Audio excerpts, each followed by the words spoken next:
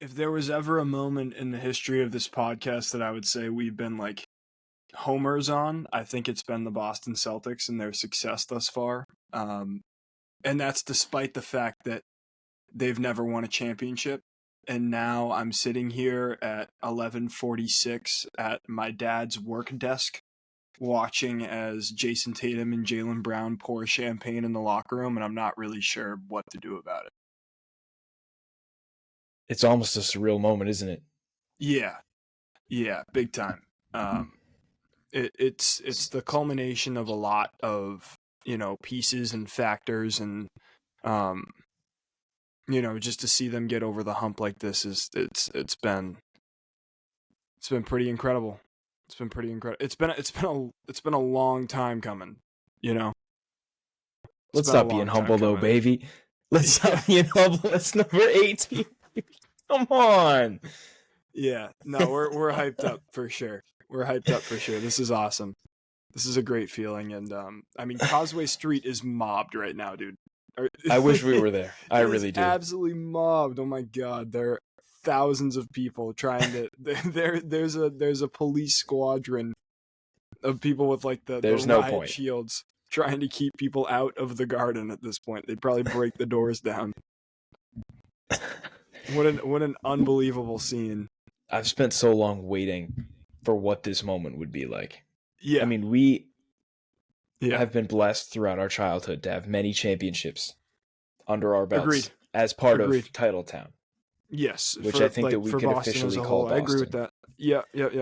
With every sport. And basketball was the one that we had been missing.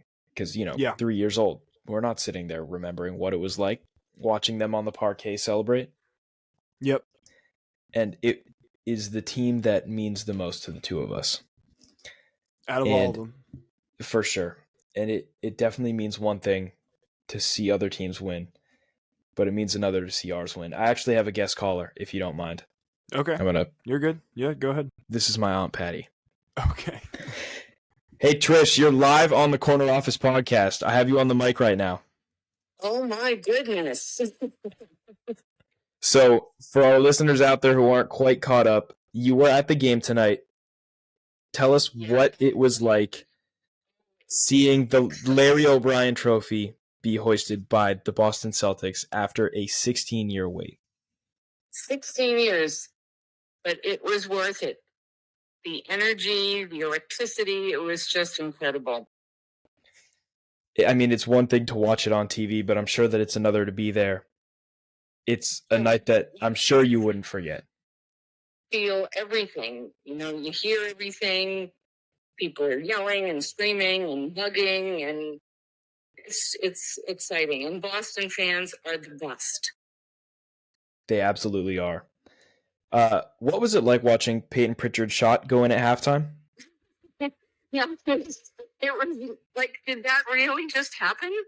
Like, did he just shoot that? It happened. It definitely happened. Sure.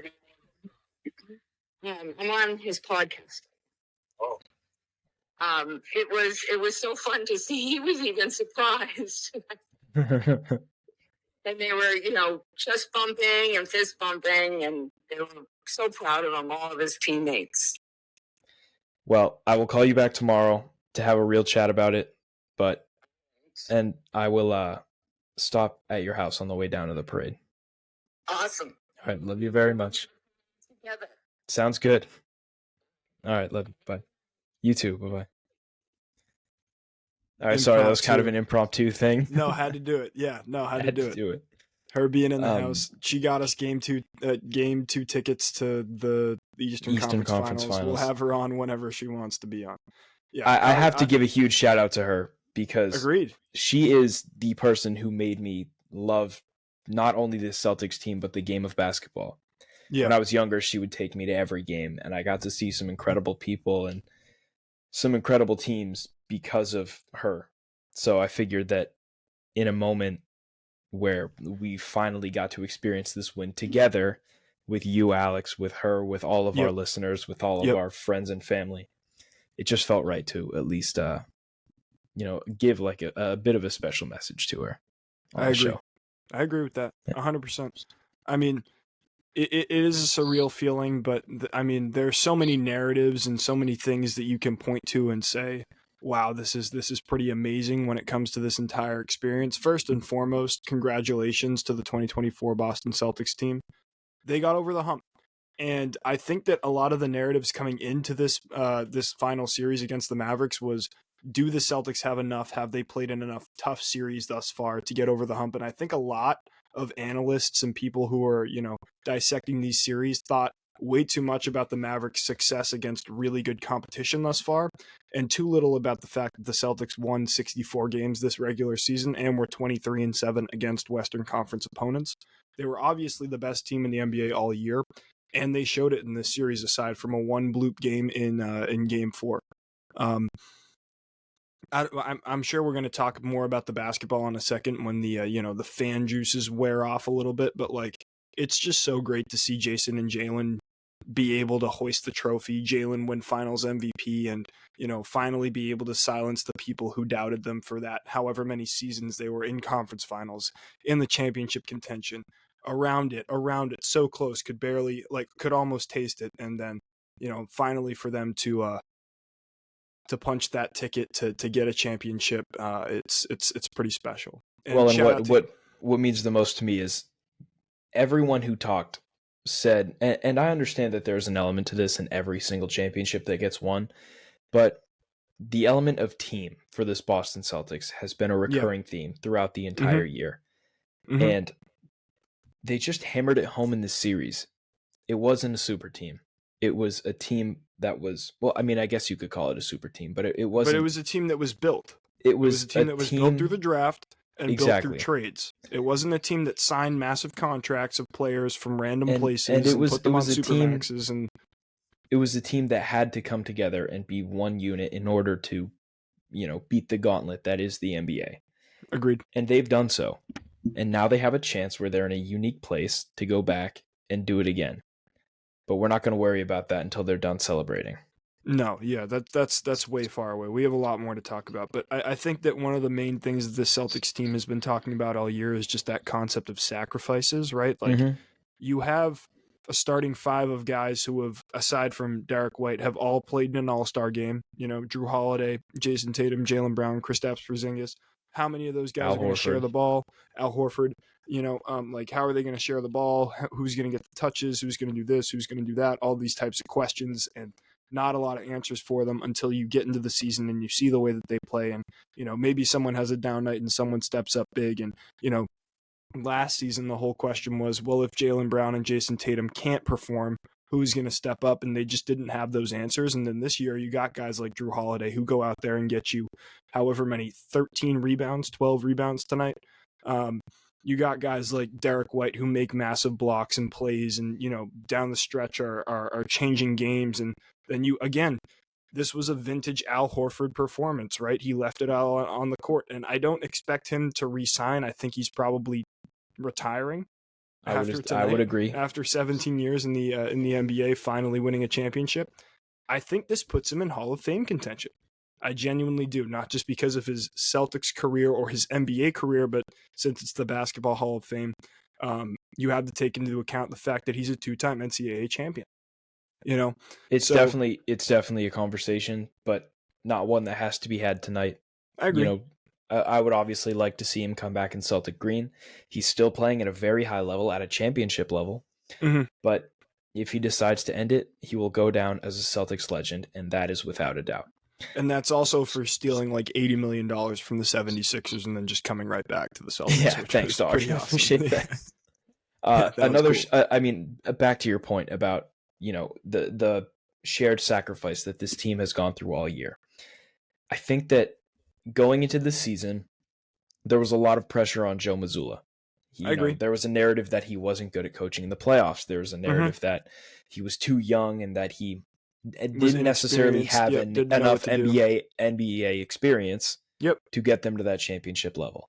And what he did was he brought together a team of guys who are, have all been superstars in their own rights throughout their careers, but bought into the philosophy that tonight might not be my night, but it's going to be his night. And I don't have to go out there and be the number one all the time because there's guys around me who will bail me out of that. Yeah, and also, that is what won them a championship. Agreed. It's the win first mentality, right? Like it's the everybody eats mentality. If we win, no one's going to ask questions about performance because they're going to be focused on the fact that we're winning, and everybody's going to do well because of that. Everybody's going to, get paid. Everybody's going to, share this success, and you need an entire team of people to buy into that concept in order to be able to do that. And it's amazing and miraculous that was able to happen this year for these guys. And I mean, who knows what the future will hold?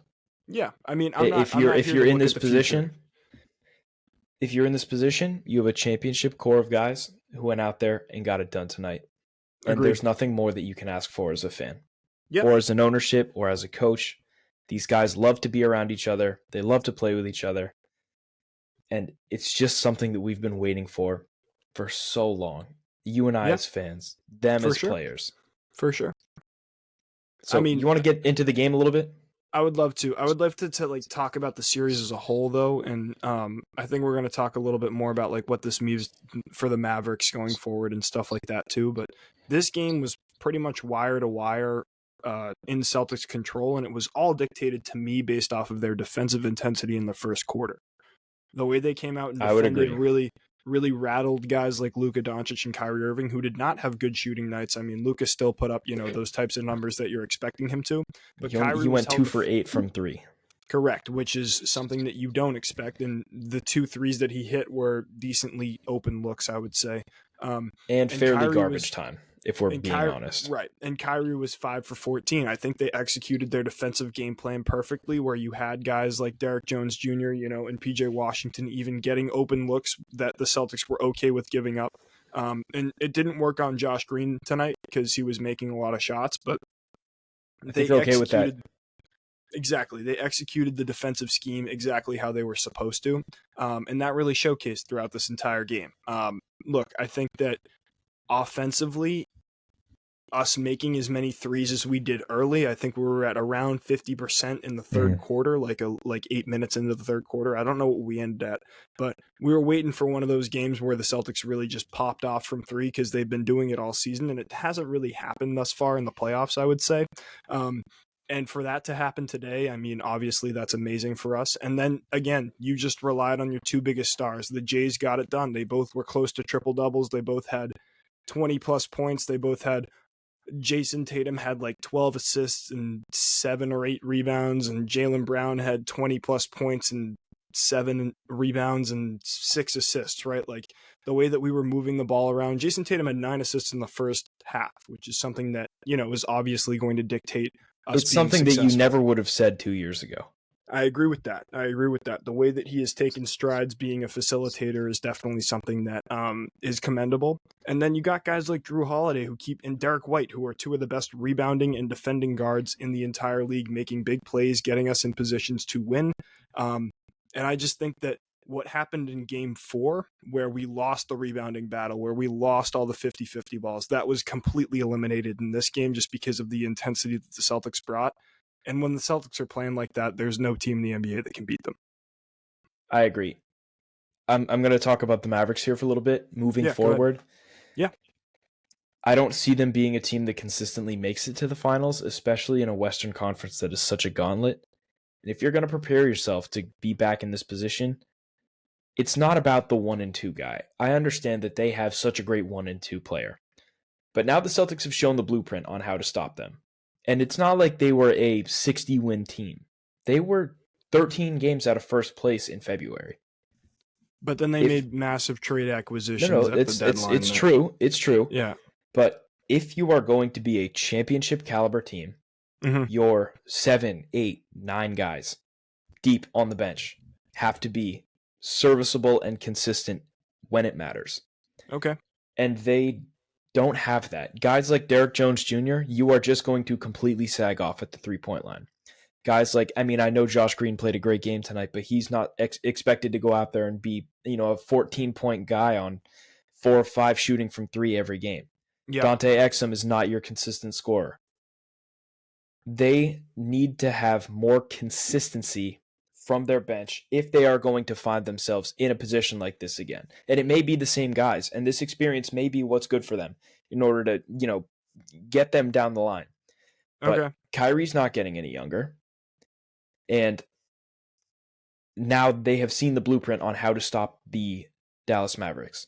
So if they are going to be successful with this group of guys that they have, and I mean, now their standard is championship successful. It's not It's not conference finals. It's not conference semifinals, which I think that they would have been okay with at the start of the season.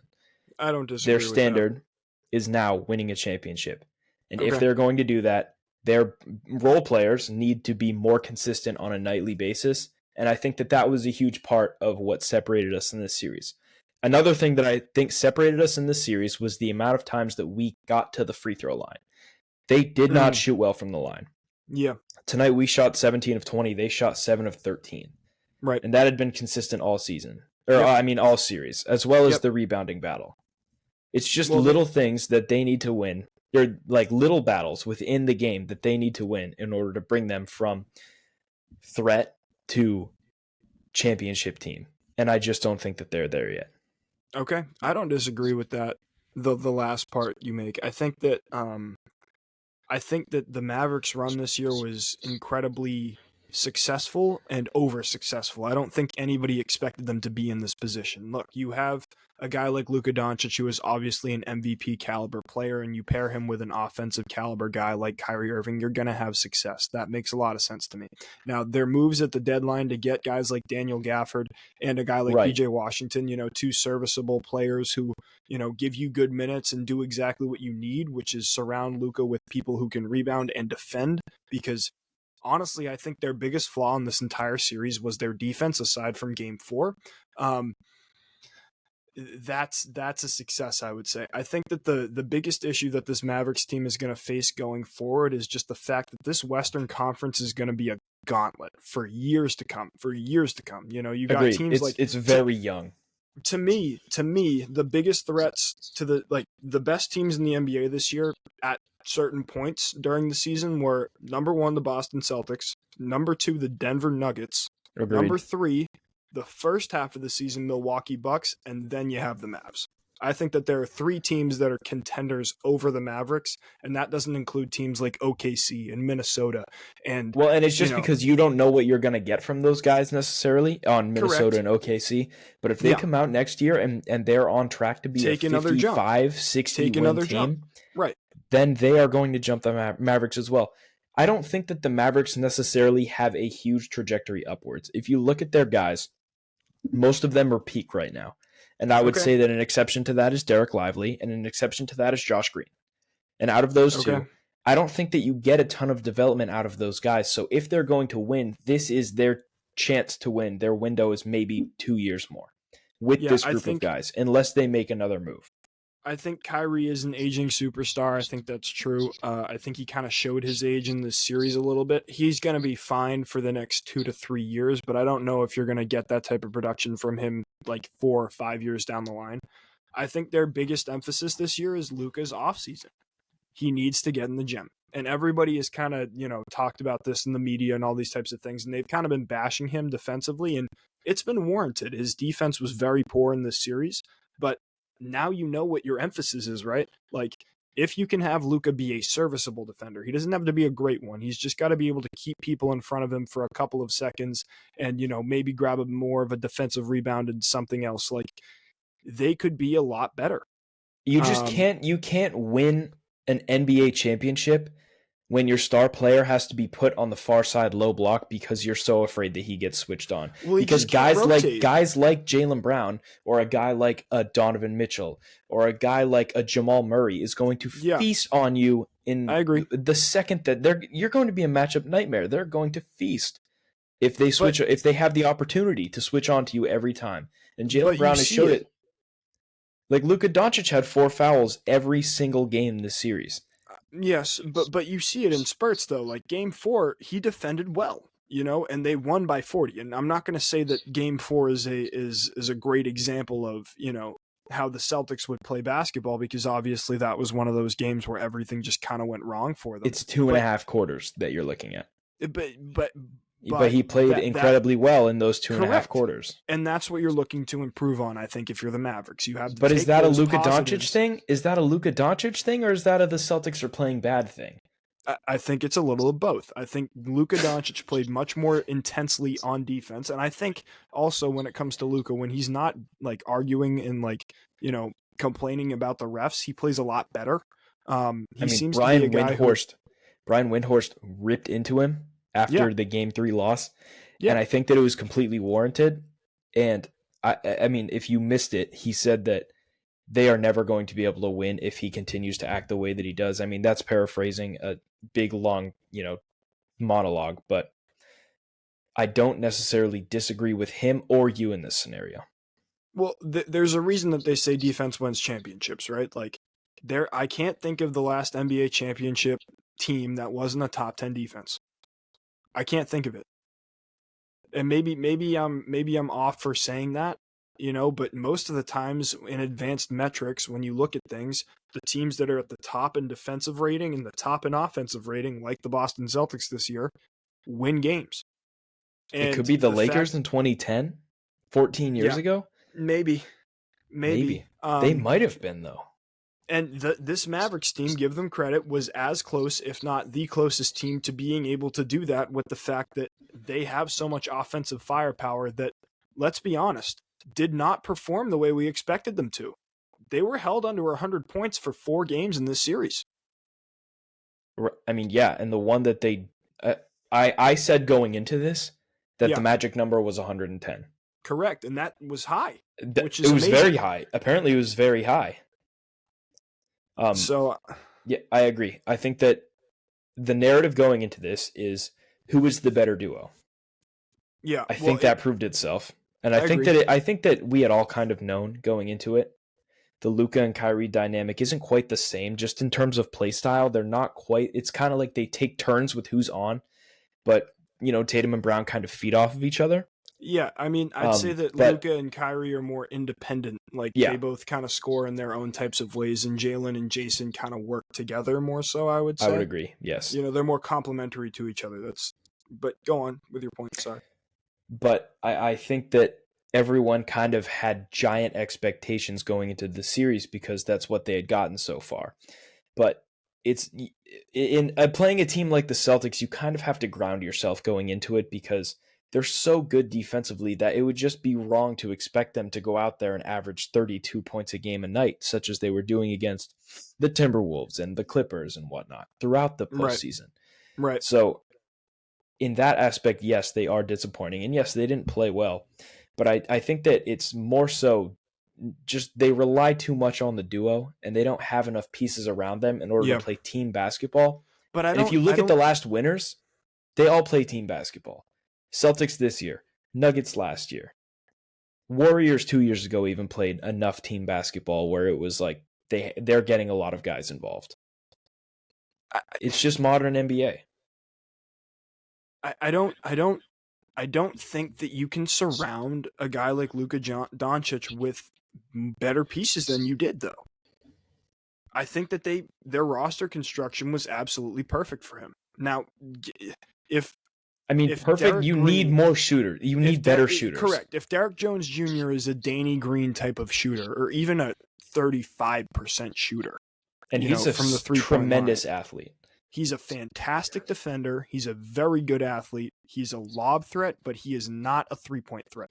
And that was exposed during the series. And I think that the only way that they can upgrade is they can get maybe some improvements on those two-way players.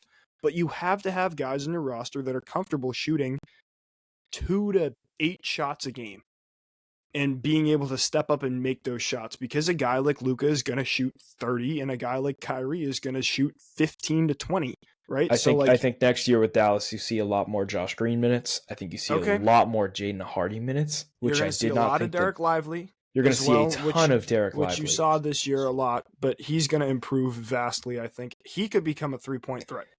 I don't know if any of you guys watched him in college like Jack and I did, or even in high school, but he has a legitimate shot to be a 25-30% three-point shooter in the league, which is not great. He could hypothetically develop into like a Brook Lopez type, but that's 5 years down the road. That's not a 1 year off season kind of thing. He hit his first 3 in game 4 of his NBA career. And I also just don't think that is their play style. I agree with that. Like, they need a big in the paint in order to be a lob threat. Yeah. But maybe down the road, it could add another level of, a different dynamic to their offense. I don't know. That's not really for me to speak on. And to be honest with you, I don't really care about the Dallas Mavericks' future. All I'm focused on right now is celebrating the Celtics win tonight.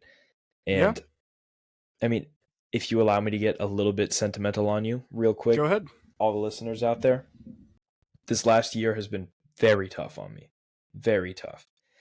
And 3 of the things that have helped me, mentally get through a lot of things is this team, the Boston Celtics, my partner, Alex, and this show that we do. Yep. So I want to say thank you to the viewers. Alex, I want to say thank you to you. Of course. And I want to say thank you to this Boston Celtics team for just bringing us so much joy, bringing our friendship together for the past 10 years at this point. Yeah. A lot of it has been brought together by this team made us start this show. This team has, basketball has been at the heart of Alex and my friendship for the better part of 10 years now. Mm-hmm. And it's just a night where I'm very grateful and I'm very happy to see it all pay off. And this is the happiest I've been in a long time tonight. And there is no better way that I would have wanted to end this night than recording this show with you. I wish we could have done it in person, but it didn't necessarily work out. But I'll see you at the parade this week. But, thank you to everyone out there. And especially thank you to you more than anyone. Yeah. I mean, hey, love you. I love you too. The show has been a pleasure to do. I mean, we're not going to stop, right? Like, this championship doesn't change the fact that we're coming at it. Big off season too. Big off season. We got a lot to get through and a lot to talk about. But at the moment, if you are a Celtics fan, go hug your loved ones.